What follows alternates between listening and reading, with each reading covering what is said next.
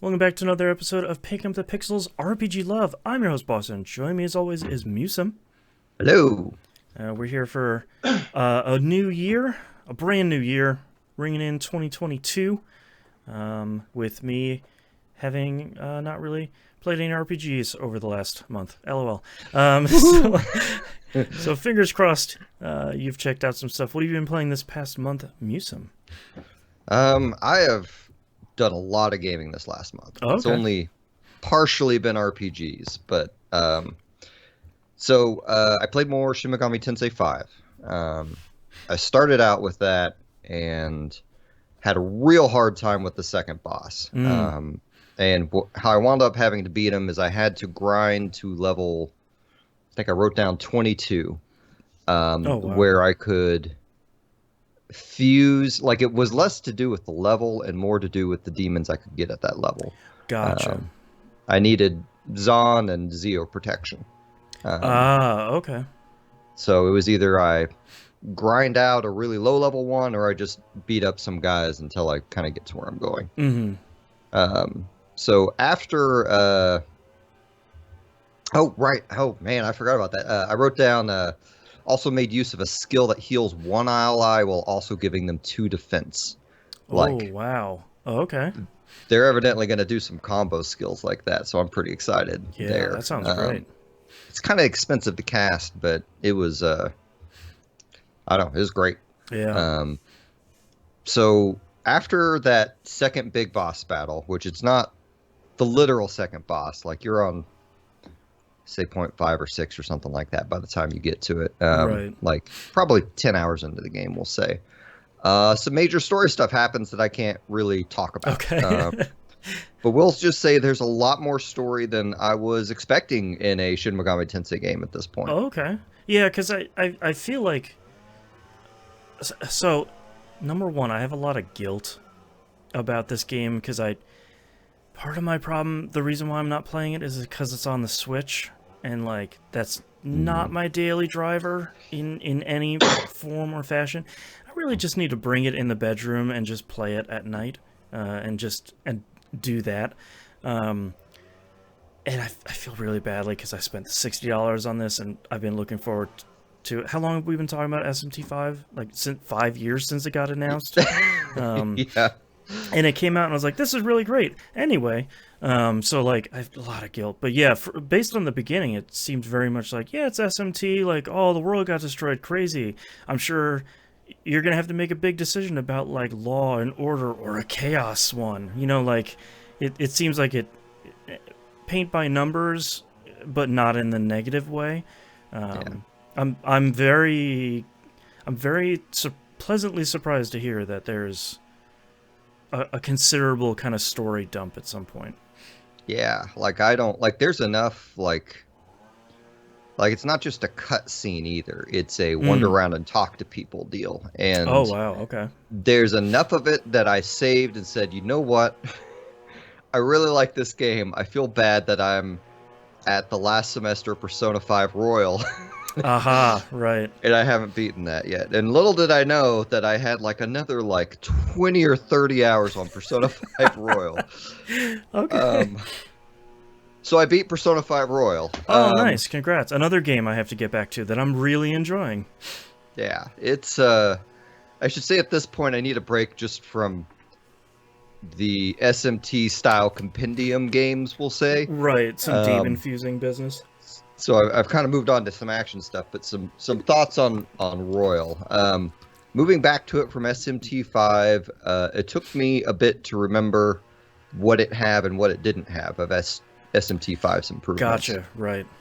It does not have the compendium fusion lookup deal like the automatic one. Yeah, where you're fusing from the compendium.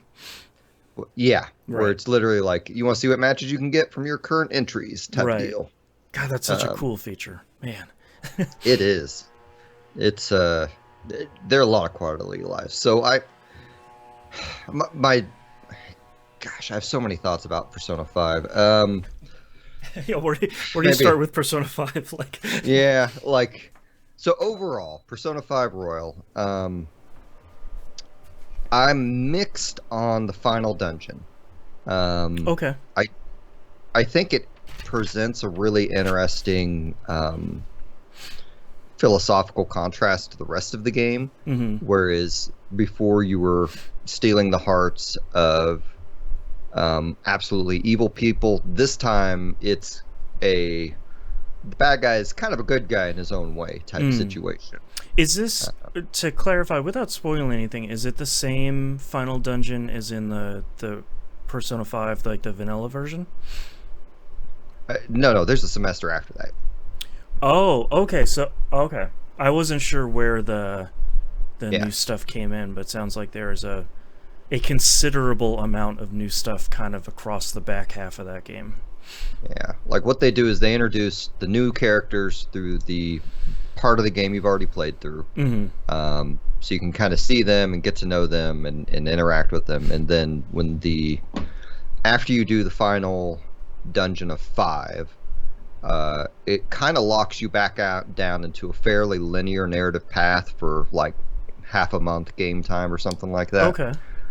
And then it lets you loose for about 2 weeks, 2.5 weeks, give or take, to do the final dungeon, which Okay. the final dungeons, honestly, it's kind of cool. The music for the area I don't think is as good as the rest of the game. They kind of Mm. steer away from doing the jazz rock stuff and go for something a little bit more dramatic, which is fine, but you're already in that kind of pop art Persona like world. Like, Yeah. I feel like when Persona 3, 4, and 5, when they try to go away from it's now kind of a meme, but like the Persona music, when they go away from stuff that is sort of in that wheelhouse, it's usually fine. But like, there's that one dungeon in, I think, Persona 4, I think it's maybe the Heaven dungeon, where they have like a strings and electric guitar track where you're like, this is really good, but yeah, like I appreciate Meguro, you're stretching your chops a little bit here, but you know, where's the Persona? yeah.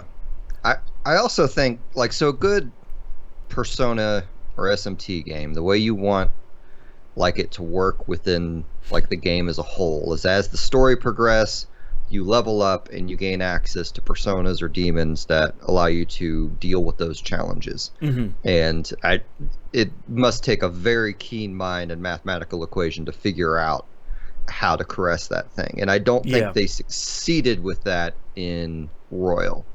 Oh, okay. You felt like the progression of demons alongside where you're progressing through like story and levels was kind of a little bit off. I think once you get to the new semester, you are Mm. so vastly overpowered than anything you're going to face. Oh, okay. Like so you continue to like have mementos and have requests you do in mementos, Mm-hmm. um, and the mementos enemies all like when I entered it immediately were running away from me, Oh, wow. like in the new areas you were going to. But the request villains were actually ones that you had to actually be kind of strategic with. Like Mm. I don't know that they had a chance of winning, but they had a chance of making sure I never had any SP to cast anything, Right. Right. type of deal. The gosh, I should have written down some stuff about the dungeon itself because I remember the dungeon itself having some kind of clever stuff in it. Mm. But and the kind of big ending twist you kind of see coming a mile away, honestly. Sure. Or at least I'd be surprised if you didn't. But you won't be able to guess at that twist till you reach the new semester, though, in my opinion. But, Okay. Gotcha. anyway, and part of the problem too might have been that like you're in the level like 80 plus by the time you get to the new content, That's right? really high. Okay.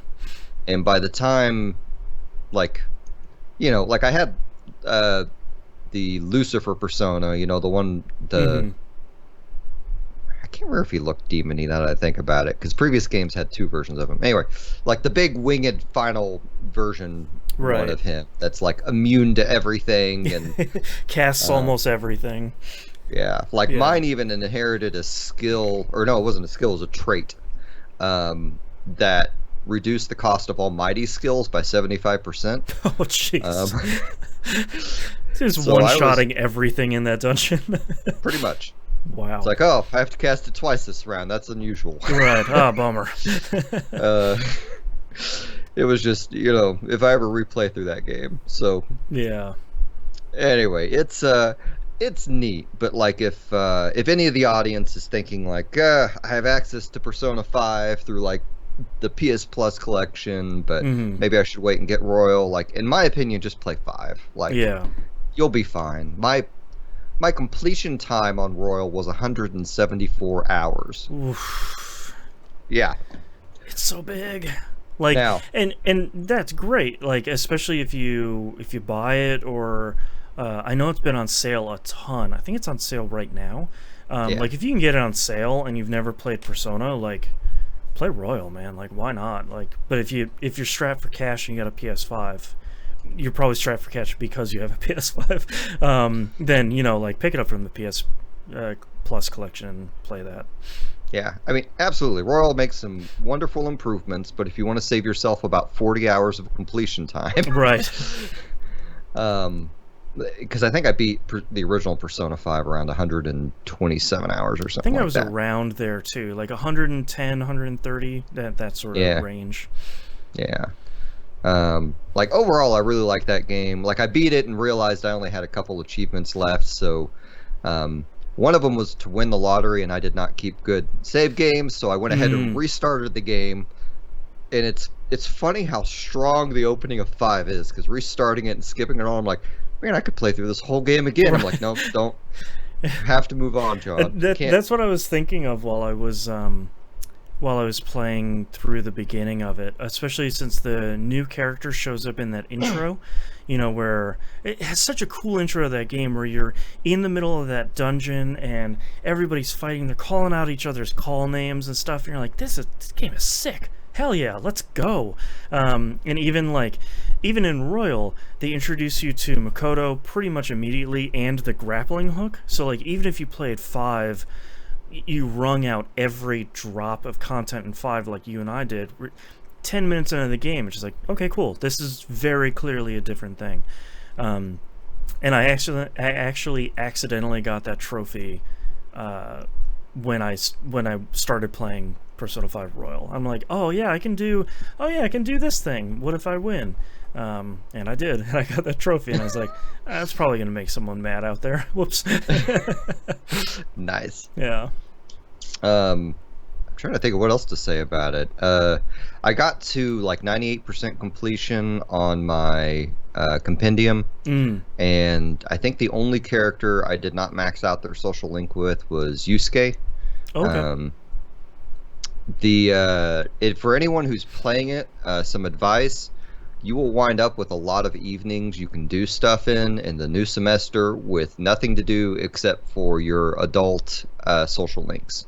Oh, okay. So like the politician, obviously you have to complete him with a certain time period, right. But like, the gun shop owner, you can save like some of his stuff until then, like right. the fortune teller lady, like things like that. I wound up with several evenings where it's like, man, I could be maxing out one of these characters if they were available. But, right. I guess I'll read a book. Yeah. Yeah. And I don't understand how I only got 98% completion on my compendium if I'm only missing Yusuke's top Persona guy. But I feel like every time I try to complete the compendium in any Persona game, I always, for some reason, miss Alice. And I'm never sure why that's my very last one, but I'm like, oh, this entry number 532 is Alice. Okay, well, forgot to fuse this one again. All right. I don't know what it is about that one.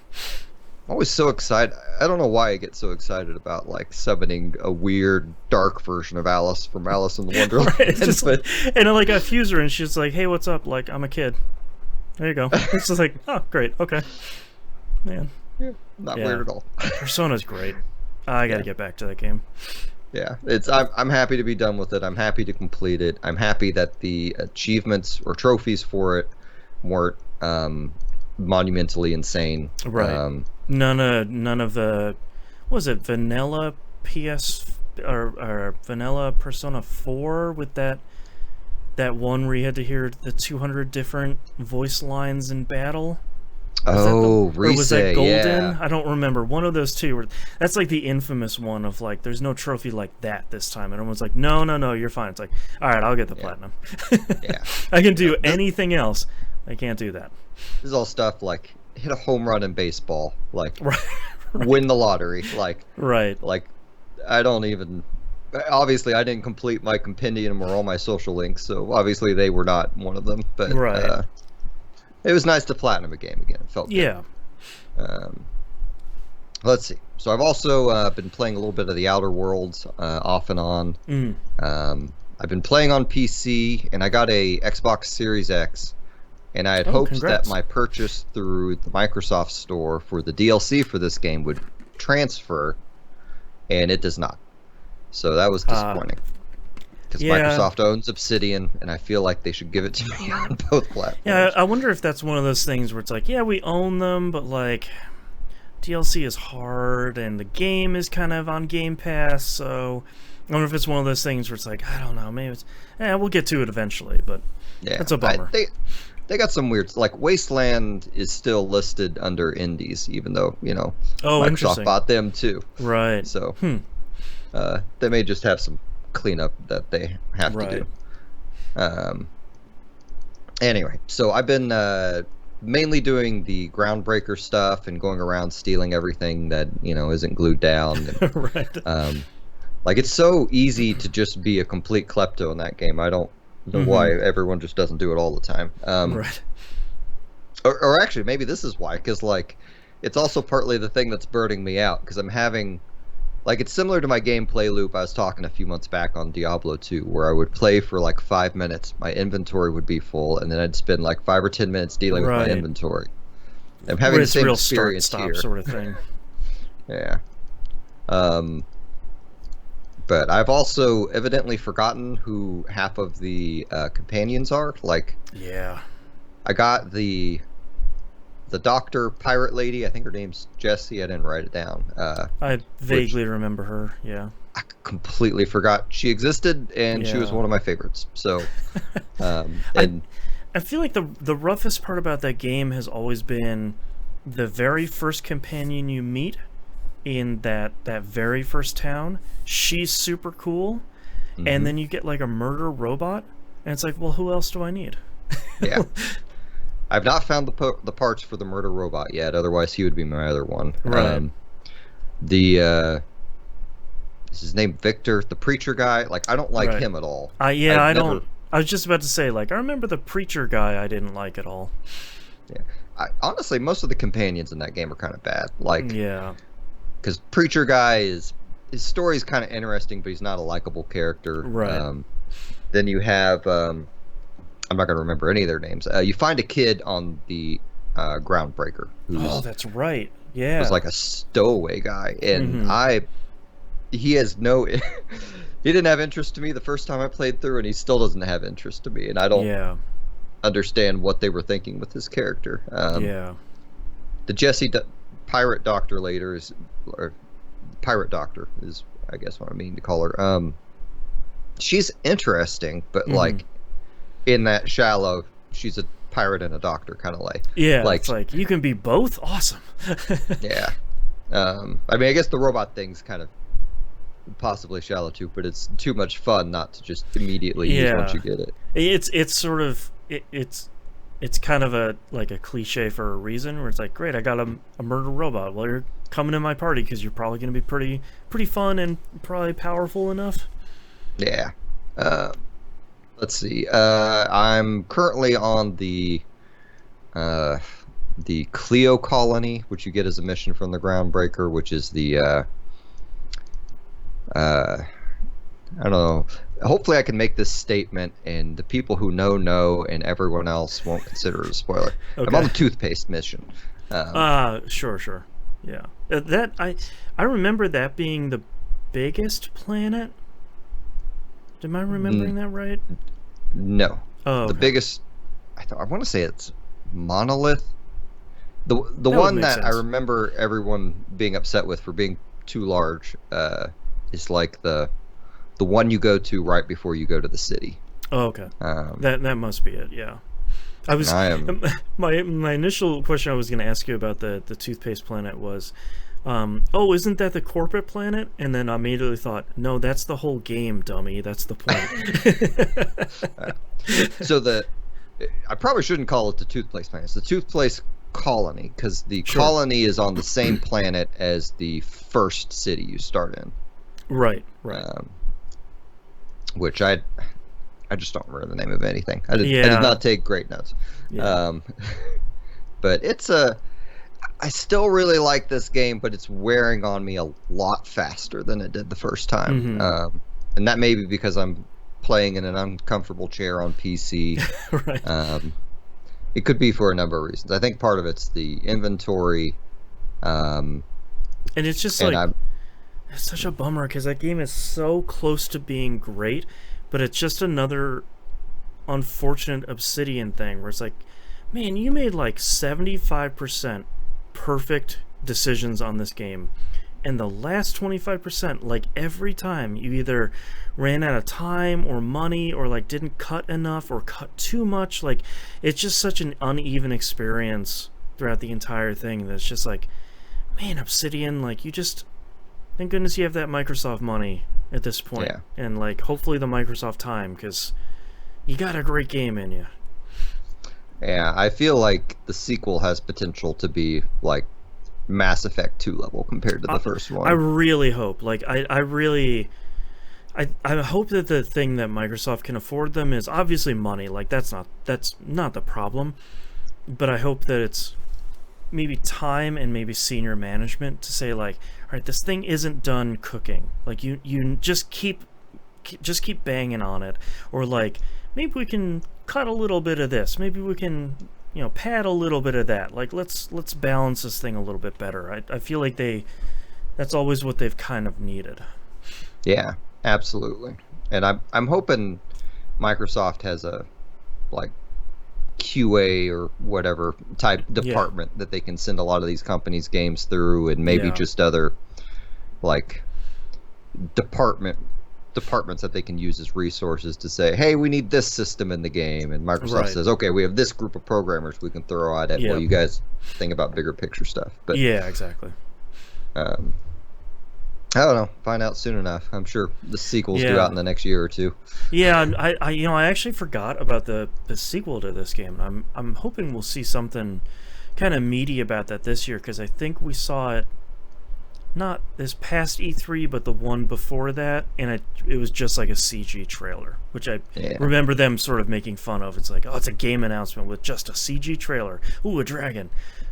So I'm hopeful we see that this year. I don't know what else Obsidian's working on right now. I feel like they're working on one other thing too, but I don't know off the top of my head. I'm also curious if Microsoft like staggers the releases, because they basically bought 3 RPG companies, right? Bethesda, Obsidian, and In Exile. That's true. Yeah. So like, if Bethesda is claiming November for Starfield or whatever it's called, fingers crossed. Yeah, I know. Like, when has Bethesda ever delivered a game on time? Right.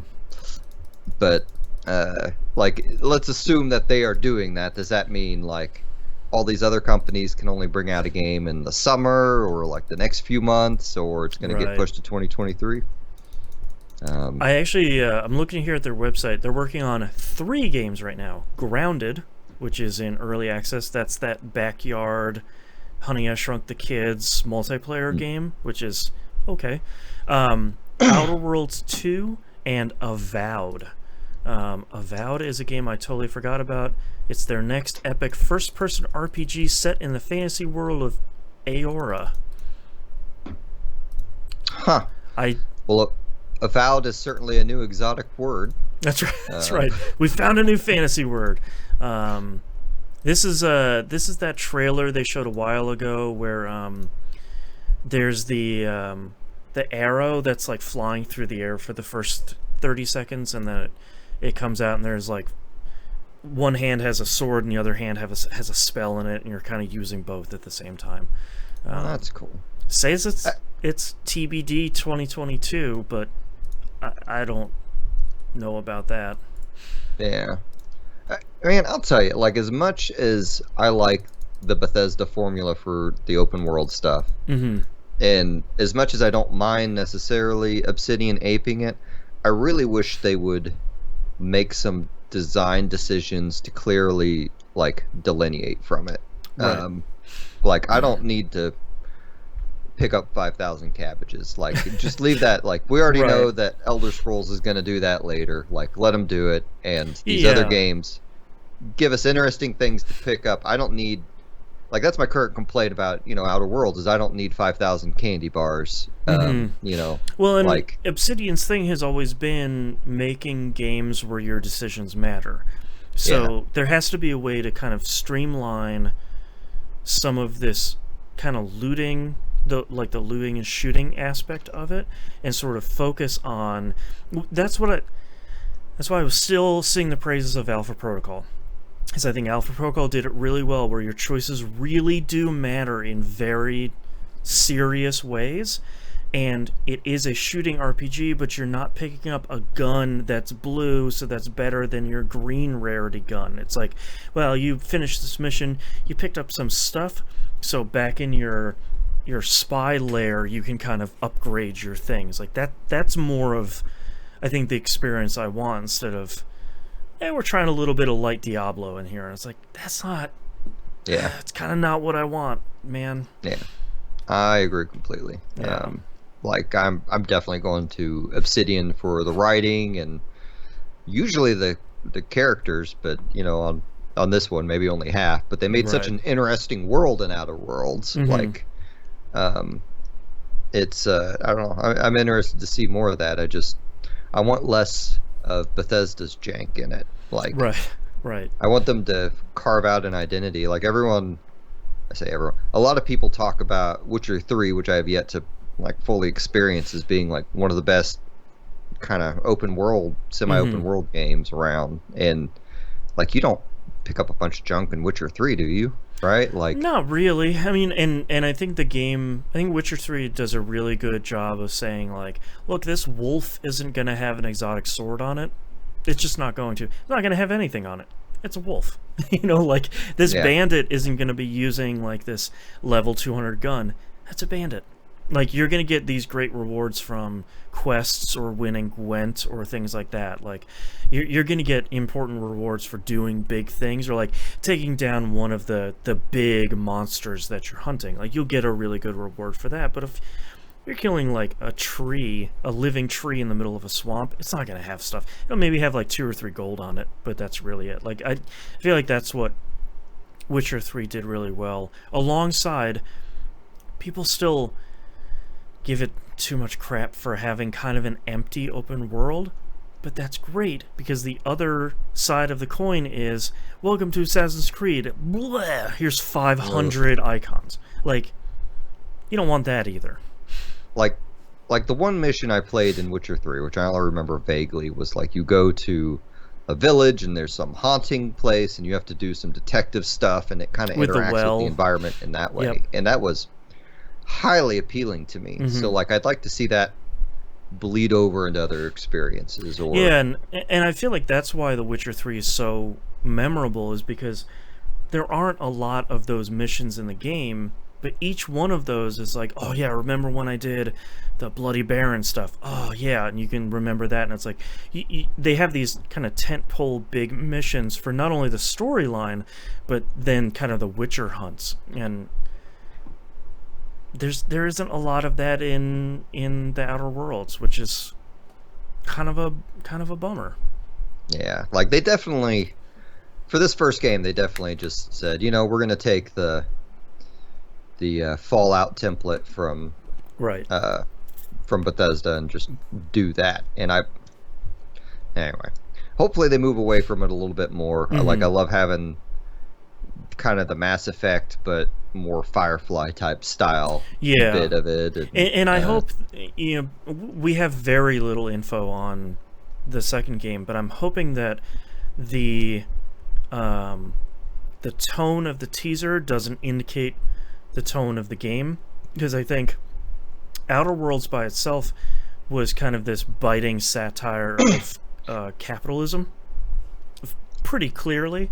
And I really hope that they don't take that to the logical extreme where it just turns into Borderlands, because Borderlands, I think we were all kind of tired of it, like when 2 happened, and we were just sort of like, great, you made another one, you gotta keep going though. And they're like, yeah, cool, we're gonna make another one. It's like, no, that's not what I was talking about at all. You're going the opposite way. That's I feel like that's my only concern right now, is don't kind of continue to go into a zany kind of way. Yeah. We already have Borderlands for that, and they keep messing it up. Yeah, we don't need pure like Mad Max slapstick by any means. Right. Like, yeah. And unfortunately I'm just burnt out on Borderlands. I haven't even played 3. I tried to play 3. Like my wife and I bought it, and we set it up, and like, well, we might try again now that we have PS5s, because it was a really bad experience where I'm on my PS5 at like 4K 60 frames, rock solid performance. She's over there on her launch PS4 struggling at 20 frames at like 1080p, and like her controller isn't working in the game for some reason. And I was just like, we're not having fun in the game, and also this experience is not very good. So we'll have to try again, but neither of us are itching to dive back into Borderlands 3, which is a real bummer. Borderlands 2 is great. Yeah, it's I think one of the problems Borderlands has is just all those games are like a little bit too long. Like, yep. They need to rein it in, and maybe it would anyway. Side tangent. Maybe if they just shrink the map like a tiny bit, like, it might help. I mean, even Borderlands 2 had that problem before the DLC came out, where you're like, all right, I'm getting to the end. It's like, here's another giant area, and it's like, oh my god, for real? I thought I thought the boss was next, and you're like talking to your friends, and you're like, no man, you got like 4 giant areas left, and it's like, oh god, okay, jeez. Here we go. So, lastly, I'll cut to the chase. I was playing the Ascent. I just started it last night. Basically, I got my Series X set up on Thursday. Spent, any new console setup nowadays is, hey, I'm downloading for the first day. Right. Scan your QR code to log into your Microsoft account. It's like, okay. Yeah. It's a lot of, it's not talking to the network. Anyway. Honestly, or in my case, it was talking to the network, but only at 5 megs per second for some reason. Boy. So yeah. that was anyway, that was an ordeal. Yeah. So I basically downloaded a whole bunch of Game Pass games and did some browsing, and I was Nice. like, you know what? I've been meaning to start the Ascent since Boston talked about it months ago. It showed up on my top 10 in 2021. I think at number 9 or 10. Nice. I listened, but I don't remember. That's okay. I don't blame you. 2021 was a hell of a year. Yeah. Anyway, I think the only reason I didn't play it on my computer is because the only computer gamepad I have is like a 360 controller, and I wanted something newer. And while I was just spending more money than I actually had and doing 12 months no interest, I also got an Elite 2 controller, which Wow, nice. is wonderful, but the A, B, X, Y buttons are not colored. I see, right. And for me, as someone who almost never plays Xbox, this is... I'm enjoying the system. I'm enjoying the controller. Right. Get on me for that. Right. I have no idea which button is where. Right. It's going to take a bit because, X is different on Nintendo, Right. Sony, and Microsoft. And Yeah, and unfortunately a lot of games don't do what a lot of indie games are doing now, where they show you 4 circles, and they say, I want you to hit the A button, and the circle on the bottom is filled in. We're like, great, okay. I know that button. I don't need to know that it's A or green. All right, let's hit that one. That would be wonderful. It's also kind of funny to me that, I can change out the sticks and the gamepad, and I have all these tools, but I have no replacement for those buttons, so even if I wanted the color ones. But interesting. It feels good having, some metal, buttons in there. Yeah. And, it's a good feeling controller. Nice. But anyway, started the Ascent. I really just got into the city area and finished like my first side quest of go to the crafter, go to the weapon shop, and Sure, whatever. take the tour. Yeah. Yeah, like through the first intro level where you're just running through the factory. Like it was cool, but I was like, is this game going to be what I thought it was from listening to them? And then Right. when I got into the city, it was like, oh, here is There's the real- cyberpunk. yeah. Yeah. And that's another thing I've been reevaluating, because like at first I caught myself thinking, is this actually a cyberpunk game or is this just like dystopian sci-fi? And then I started like 2 hours ago, started researching the internet. I'm like, what even is cyberpunk? What do I think of as cyberpunk? 'Cause I think of like Max Headroom and William Shatner's Tech War. Right. Right. And I forgot the other example I had. I don't know, like these goofy like sci-fi TV shows or whatnot. And like cyberpunk's actually a really big category, which I didn't quite realize. Like I'd kind of thought about it as being like more modern day looking worlds without aliens and things like that. But from reading the description, I'd actually argue like even a TV show like The Expanse would probably qualify as cyberpunk, and RoboCop, because it's mostly about corporate dystopians. Right. And it's also interesting because they were I'm sorry, I'm on a tangent. No, you're fine. That's how this episode's going. I'm loving it. Cool. There's another side genre that I think intersects with it a lot called neo-noir. Yes. Yeah, they're kind of like sister genres. Yeah, like I'm not super confident on describing it versus the other, but neo-noir seems more character and tension involved, whereas cyberpunk seems more, we're real worried about the world we're in. Right. I have to hack my face to keep the corpos down. Yeah. Yeah. Even though they can't do anything about the world they're in typically. Right. I mean, have you hit the first big story point in the Ascent where you go back to your city and turn the job in? Yes. Okay, and where you find out that the corporation that owns your area of the city has gone bankrupt, and like, all right, good luck. You're probably gonna die. It's just it is one of the best like I mean, you guys sold me on it just describing it that way, or maybe Giant Bomb or someone did. I don't know. I feel like everyone kind of gave that plot point away, which is fine. And I'm shocked that no prominent sci-fi story has done that yet. Yeah. Like, it is mind-blowing because it's such good. Like, they're going to get that stolen by someone else at some point. It's really, I think the thing, the piece of media that I think comes the closest is actually an anime movie called Summer Wars. If you look at it, it's like this real bright poppy sort of thing, but a lot of what it deals with is like, how far does it should technology connect everything? Because when one piece of technology that connects everything fails, that means your entire society fails all at once. But you know, it's bright and poppy. It's about Facebook, and I feel like these two things are kind of the same. Where it's like, if a corporation owns everything in your life and in your city, when that corporation leaves for whatever reason, you're sort of boned. Yeah. Yeah. Although now that we're talking about this, like, Outer Worlds kind of treads that territory a lot too. Yeah, like that's true.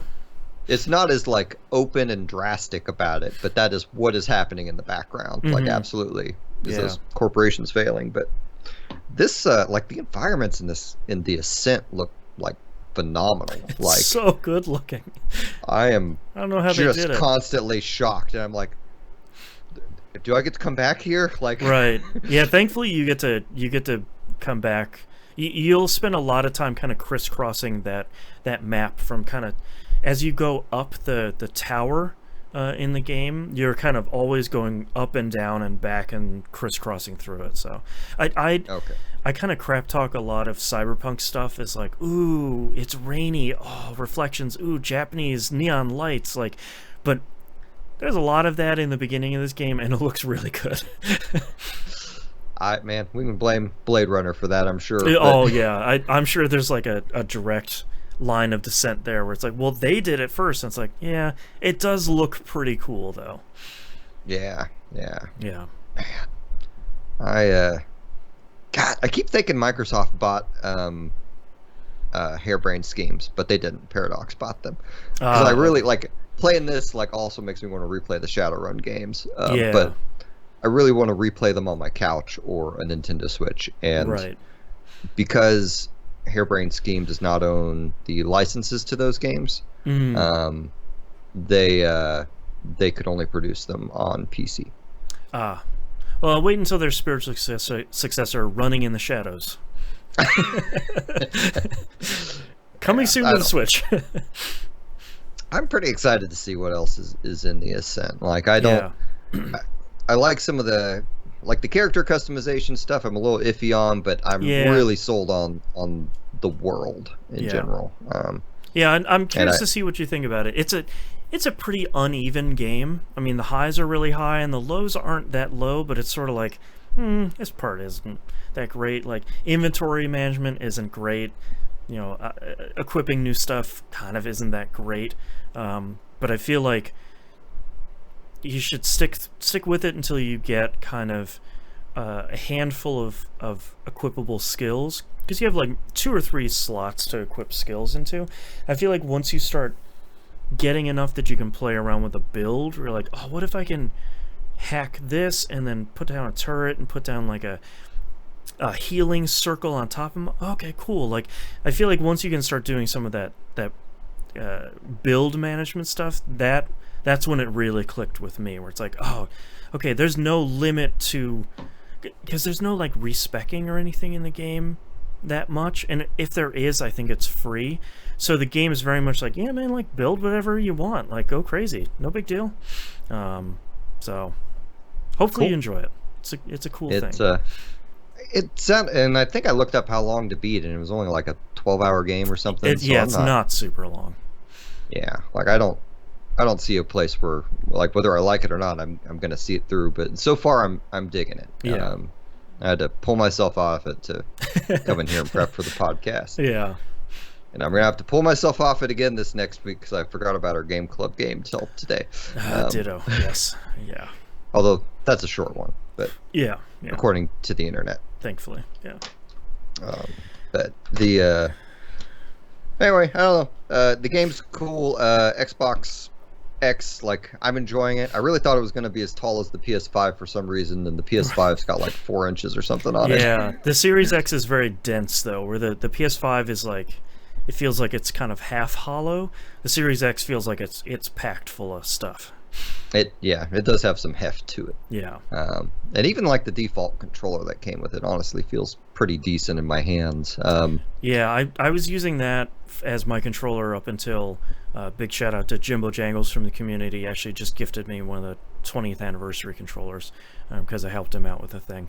So that'll be my new controller. But yeah, I was using like the bog standard controller, and I was thinking like, yeah, this is just Microsoft just makes really solid controllers, like just good workhorse controllers. Nothing really wrong with them. Now we just need a bunch of new games that come out for the new consoles that use all the aspects of the controllers. Right. I have not experienced like all the like interesting rumble features that the PS5 one or this one has yet. Yeah. We'll have to get you Returnal and Ratchet & Clank for your PS5. Those are like two big show pieces. You know, I own Ratchet & Clank. I just haven't like, it came with my PS5. I just immediately started playing Mass Effect. Right. Yeah. I'm glad the audience just doesn't send us hate letters on my games that I Ratchet play. Ratchet & Clank is really good. It uses the controller really well. So does Returnal. So does Control. Actually, the PS5 of Control uses the controller really well. And God, there's something else that I'm missing. Life is Strange True Colors, I'm finding out, uses it really nicely. There's a lot of games that kind of use them and use the controller in interesting. Astrobot's Playroom. You should play through that. That's an incredible showpiece for the controller. Okay. Well, maybe I'll do those things. I'm playing a lot more games lately. Like, I feel like I'm starting to get a little bit of time for it. So Yeah. like, I haven't even talked about like the game I played the most is a non-RPG, which Yeah, is ditto. Spider-Man, but Yeah, it's what it is. I was playing the Rift Breaker, which is a twin stick tower defense base management RTS. So like, it's got a lot of genres in there, but not RPG. Yeah, yeah. No. The only RPG I did play this month though was Destiny 2. This has been a 6-month season, which is twice the length of a normal season. So pretty much everybody in the community is kind of not playing much right now. If anyone wants to start playing, as I've said before, it's a great time to start playing because there's still it doesn't come out. Witch Queen, the next expansion, doesn't come out until February 22nd, so we're still like 6 or so weeks away from that. But they did come out with the 30th anniversary pack, which is, I think it's $25, which comes with a metric ton of stuff, which a lot of people before this came out was like, boy, they're not showing any Halo stuff. I feel like they're not going to release any Halo stuff in this thing, and whoops, almost all of it is Halo stuff. So like, have you ever wanted to use Master Chief's pistol in Destiny 2? That's in there as the exotic sidearm called Forerunner. Have you wanted to use the Halo battle rifle? That's the BXR-55. If you wanted to use, X, Y, and Z, there's probably an equivalent there in Destiny. There are 2 big activities they added. One of them is called Dares of Eternity. It is this very fun, really tongue-in-cheek game show where it's run by Zur, that like tentacle-faced guy who brings all the exotic weapons around every weekend, and his friend who is a horse made out of stars called Star Horse. They run a game show where you plop yourself in there, you spin a wheel that determines what enemy race you're going to fight, and kind of rinse and repeat that for kind of 2 or 3 times. It's a lot of fun. It's very tongue-in-cheek. They're making a lot of references to a lot of American game shows. It is, and it's one of those things where the mechanics aren't too hard, so you're kind of having fun just mowing down waves of enemies. It's really great. The rewards are really great. It's kind of nice to have something in there that's kind of fun and tongue-in-cheek without being like the fate of the world rests on. It's like, nah, man, here's a dude and his Star Horse. Nice. It's been pretty fun. The other thing they released is a brand new dungeon called Grasp of Avarice, which takes place inside of the loot dungeon from Destiny 1, which was not a sentence I was expecting to actually come true, but it definitely does take place inside of there. This is the loot cave, the infamous yeah, the loot cave. Yeah. Okay. You kind of crack that thing open and find there's a massively huge dungeon under there, and it turns out it's all kind of pirate themed, and it's really, really good. I went into it blind with a couple of peeps from the raid group, and it's probably the most fun we've had in Destiny in a really long time. Not only figuring out the mechanics, but also probably the first half of the dungeon is heavily booby-trapped. So a lot of it was like, okay, I'm going to go up to this computer and hit this button. Nope, wait, it killed me. And it's like, okay, cool. All right. It killed me in an increasingly hilarious manner. All right, now how do we actually get to the next area? Oh, okay, if we do X, Y, and Z, we'll go up and kind of out this way. All right. Whoops, something else killed me in a hilariously terrible manner. It's really great. A bunch of really great boss fights. One cool sparrow race encounter, which was very entertaining. And if you bought the 25th anniversary package, you get a quest to get Galahorn back, which I have been rallying against for the last couple of years, because Galahorn sort of infamously ruined Destiny 1 for a really long time. one might argue, for the entirety of Destiny 1's lifespan. If anyone... So for a short history, Gjallarhorn was overpowered in Destiny 1 for a very long time, and as a result, if you wanted to go do endgame activities with other people, the chant was, need Gjallarhorn. You needed to bring it, or they were going to boot you. Whether that happened as much as the memes said it did, doesn't really matter. It was legitimately that strong, and if you didn't have it, it was hard to obtain. If you didn't have it, you were really putting your team at a disadvantage. They got around that in a really interesting way in Destiny 2. Number one, I think it's stronger than it was before, which is really now wild. It shoots 3 times the amount of rockets. It's really crazy. The catalyst for it, which is essentially like you'll get a thing, you kill a bunch of enemies with a weapon, it gets stronger. Now it has 2 rockets in the chamber, and the Wolfpack rounds, the little seekers it shoots when the rocket explodes, those do more damage. The part that's really interesting in how they got around the need Gjallarhorn thing is that, let's say you're in like a raid. This applies to every activity. Let's say you're in a raid and 6 people. If you have Gjallarhorn equipped, you then bestow Gjallarhorn's properties onto everybody else's legendary rocket launchers in your party. Holy crap. So if you are running Gjallarhorn and other 5 people are running just purple rarity rocket launchers, those are also equipped with those Wolfpack rounds if you're in kind of not super close proximity, but kind of close-ish. So it's this really interesting thing where it's like, okay, so if you guys are going to meme this thing where you need to bring Gjallarhorn, that's great. I'm going to turn everybody's rockets into Gjallarhorn. And I think that's a really smart way of doing it, because there are some instances where if you have this really good purple rocket launcher, if someone else is using Gjallarhorn, you're putting out some really crazy damage, which is a really great way of going about it. And thankfully it's way easier to get in this, which is essentially pick up this quest, do this dungeon, go do some busy work. Hey, you got the rocket launcher. Congratulations. Cool.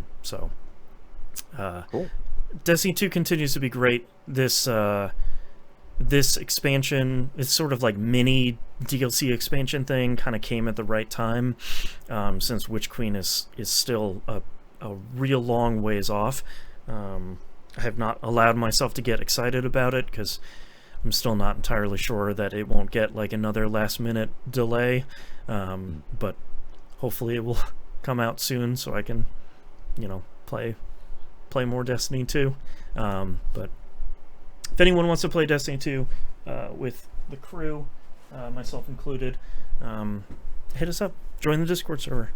We're always talking about, even if we're not playing Destiny 2, we're always talking about it and helping people play. So, all right, that's all I'm playing. Let's hit some of our news stories and releases here. Releases for January 22 for RPGs. Monster Hunter Rise comes out on the PC, I think, this week on the 10th, 11th, I believe, for PC, which, man, that looks like it runs really nicely. I keep looking at Monster Hunter Stories too, because that's like the Monster Hunter RPG. Keep thinking like, yeah, man, I could play one of those. I'm not really super interested in like the regular Monster Hunter, but yeah, you put some RPG around that, like some turn-based RPG specifically. I could be down for that. And that's it. January not looking so hot for big RPG releases, but that's okay. Because you can probably pick up Persona 5 Royal, and that's 170 something hours. Yeah. Let's talk about our news stories here. Team Asano, that's the Bravely Default team, teases multiple titles to be announced and released in 2022, and that's actually other than Triangle Strategy, which is still supposed to be coming out this year. And that's other than the thing I keep forgetting, which is the Dragon Quest III HD 2D remake, which is, I think, also supposed to be coming out this year, but I'm not sure if it's going to be coming west this year. I'm not sure if this is also beside the 2 mobile games they have, which is the mobile Octopath Traveler and Bravely Default games. But, like, apparently this studio is just... I don't know if they have super staffed up over the last couple of years and Square just keeps dumping cash in their lap, but I as someone who didn't finish Bravely Default 2 as much as I was enjoying it, I'm very happy to see kind of this turn-based and SRPG studio just really killing it.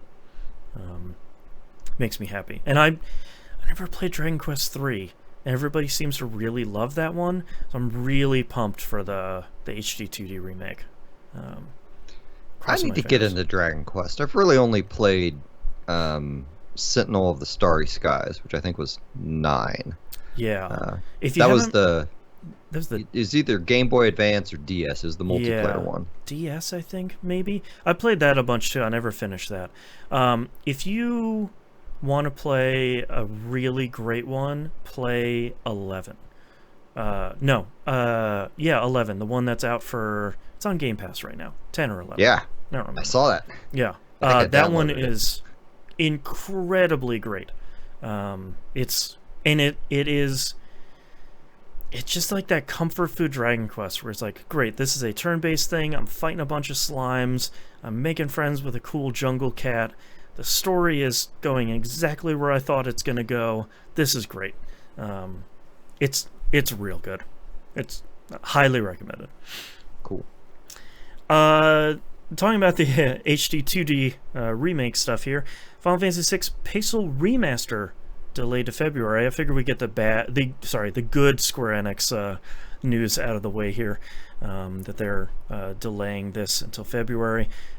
Still, I think everybody in the world is still sort of giving Square the side eye, where it's like, so is that when you're gonna announce the collection for consoles, especially the super big hit Nintendo one that everyone wants to play it on? Just giving you the chance. Understand why you can't do that early, but I get you. They did release some screenshots of this. There's especially one of the opera house, that whole scene that looks an awful lot like maybe it's using portions of the HD 2D engine. So that's going to be interesting. But they came out and said, the final polish, best experience possible, etc., etc. So that's the pretty standard stuff. But while you're waiting for Final Fantasy VI to come out, go play the secret best Final Fantasy V. It's out right now. Enjoy. Let's get to the bad Square Enix news here. That as I was making the news stories up here, has kind of maybe a silver lining here at the end. Square Enix, the president, released late on December 31st his usual end of the year letter. It's usually where it commits to this year's big push. Unfortunately, this year's big push was NFTs. Uses some real NFT language about play to invest as opposed to playing for enjoyment, which feels like real scumbag hours especially for NFT weirdos. If you haven't guessed, neither Musa and Mariah are fans of NFTs. And it especially felt like, to me, seeing this letter come out, I think I wrote on Twitter that it feels like a betrayal of values. I know who Square Enix really is, especially on the mobile side. They're not great, especially when there's any level of gacha involved. It's not on the super up and up. But I feel like when you look at the rest of their output for, standard turn-based and action RPGs, I feel like a lot of those are so heavily focused on either single player stuff or their Final Fantasy 11, Final Fantasy 14 that are these kind of hugely regarded MMOs that are wildly successful. It's especially rich because Square had to stop selling Final Fantasy 14 and stop advertising it because they can't buy more servers for the game because NFT weirdos continue to buy up every piece of hardware that they need to make a new data center. So it's why are we doing this world? It's this kind of thing where they're just like they're hitting themselves. But the one thing that I thought was really interesting is a commenter on Ars Technica called a Cantant. I wanted to give them a special shout out, saying that this letter, this is the kind of silver lining that makes me feel maybe a little bit better. Historically, this letter from the Square Enix president has been more about loudly signaling to investors that, don't you worry, we are paying attention to insert latest buzzword here. And I thought this was kind of maybe hollow until I read the letters that they linked, which is 2021's letter was all about how they're going to be committed to 5G and cloud gaming, which I'll let that hang. And then 2020's message was all about AI and the Internet of Things, which they were gonna, definitely. So I wonder, there almost seems like there might be a little bit of credence there where it's, your boss comes back from a conference and it's like, we need to invest in the Internet of Things, and you're like, oh man, boss, yeah, totally, I'll get right on it. Why don't you have a long weekend? And then you just like toss the email in the trash. So I wonder if it's Square Enix being like, oh my gosh, NFTs, whew, oh man, you guys are hot on them? We're hotter about them, totally. Anyways, we're working on Forspoken. I wonder if it's one of those like, I'll put it right on the fridge. Yeah, I'm a day one on Forspoken, but funny story on the 5G. Like, it's especially funny hearing like that's the future, and like I signed up for Mint in December, and like I gave them $100 for unlimited, and I don't have another phone bill until June. Oh jeez. And I have not gotten any G. Like, it's all LTE service around town, and I am perfectly happy with that. Right. If I'm only spending a couple $100s a year on a phone bill. So. Yeah, exactly. Yeah, so I was ready to come in here and just like, Square, you dare, this betrayal. But I appreciate this Ars Technica commentator being like, yeah, man, like, it seems like it's largely just a thing for the investors. Just be like, oh man, you guys love it. Oh, we love it too. Oh, it's so the best. Oh, we're going to commit to it. Don't worry. Wink. So hopefully that's the case. I hope we're not going to see any of this stuff pop up in to me the worst case would be like it's popping up in like Final Fantasy 14. Like, yeah. NFTs in video games are an impossible proposition for about 1 million different reasons that much smarter and more eloquent people than I am have espoused on the internet 100 times already. So you've probably seen it, you've probably read it. I'm not going to belabor the point here, but it would be a real bummer to see Square be like, there's a brand new Chocobo mount in Final Fantasy 14. There's one of them. It costs $10,000 and it burned down a portion of the rainforest. Like you really don't want that to be the case, and I really hope it isn't. But gosh, hopefully they just keep like, because they're like Square's phone games are fairly egregious in the gotcha mechanics and things like that. So hopefully if they do anything horrible like that, they just keep abusing that audience. I'm sorry, that audience. But right. We're part of that audience too. And you like it. Yeah, we speak from experience. Like, yeah. So I was worried I was going to end this episode with a bummer, but I hope that's a little bit of a silver lining, because, Square Enix's Internet of Things and 5G plans have definitely not come to fruition, so hopefully this won't either. Man. All right, well, that's our episode for this month. Thank you very much for listening. If you'd like to visit us, you can do so at pickingupthepixels.com. Everywhere to find and follow us is on the right-hand side of the page. Musum, where can we find you online? So I'm probably going to be doing some changes, like a server switch on my website, but for the moment, you can find my hub at jvaudio.net. And if at any point that goes down, which is very likely at some point,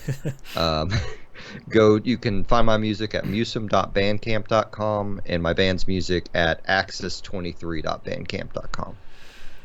You can find all my stuff at e1m1.com. The ones are numbers, including the Patreon page, patreon.com/e1m1.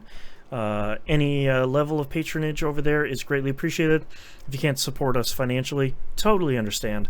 The best way to support us is by telling a friend, rating the show 5 stars wherever you listen, sharing it on social media. All of that stuff helps way, way more than you realize.